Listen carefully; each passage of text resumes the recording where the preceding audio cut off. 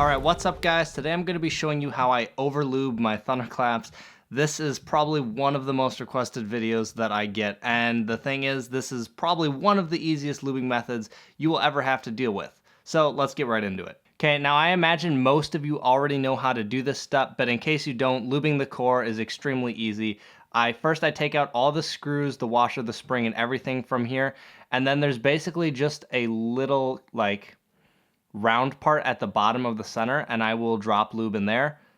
This isn't super specific, really you just need to put some lube at the bottom of there, make sure there's some down there, easy enough. And then what I do is I will take the washer that is at the bottom of this and then drop it down there.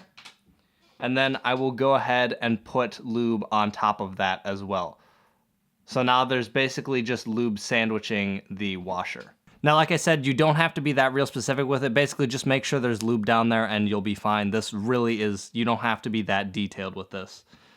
So next up, what I do is I have the spring right here, spring and screw, and I will just put a line of lube across the whole spring.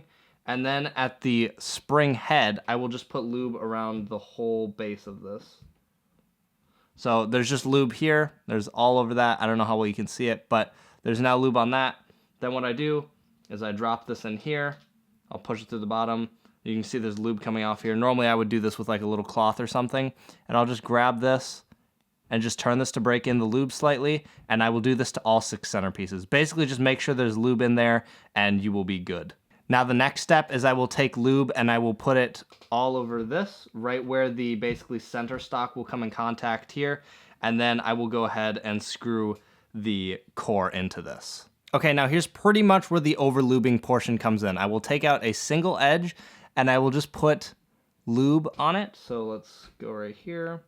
You can see there's like a decent amount of lube on that edge, and I will do this on every contact point of the edge. So I will do it in this right here. On that side, I'll do it on the other side. I'll make sure there's some on this little wing right here. So right there, and I will do this on the other side. I pretty much just coat this edge with lube. This is probably about how much I would use right here. This isn't super specific. I mean, you don't need to cover the entire edge in lube, but you know, just enough to get every contact point. Then what I will do is I'll take corner. I don't normally take it out, but I will put some at the base of the corner, just on the base and the stock, and then I will just go ahead and put this back in the cube. I will pop the edge in, and then I will typically do the same exact thing on an opposite edge of the cube, but just a smaller amount. So we'll pull out an opposite edge here, and we'll just go ahead and put a line right on here, do it on the other side, and I'll probably skip the corners. I just don't really think it needs it. Pop this in, and then literally all you have to do is break it in. That is literally all there is to overlubing a Thunderclap. Some of you may notice this cube directly is not a Thunderclap. I just didn't have any Thunderclaps to do this on, but this is literally the same exact method that I used to lube a Thunderclap. And pretty much here's what the overlubing effect does. I personally like slightly gummy cubes and a little bit slower cubes, so that's what this does. That's why I use Traxxas 50K, because it's slower than other lubes. And once it breaks in, it gets really smooth and quite a bit faster. So it'll take a bit to break in. You know, it might take, 25 to 50 solves or something to really break in. And here's the other thing, if you let it sit for a while, if you let it sit for a couple days, it's gonna be really gummy when you turn it. But once you break it in and solve it, it'll be totally fine. One way that I found to speed up the break-in process is I will grab the cube, 2 layers, and take my finger and just spin it around one side until the lube breaks in, and I'll do that on all 6. I found that that's the fastest way to break in the lube. So like I said, that's all there is to it, guys.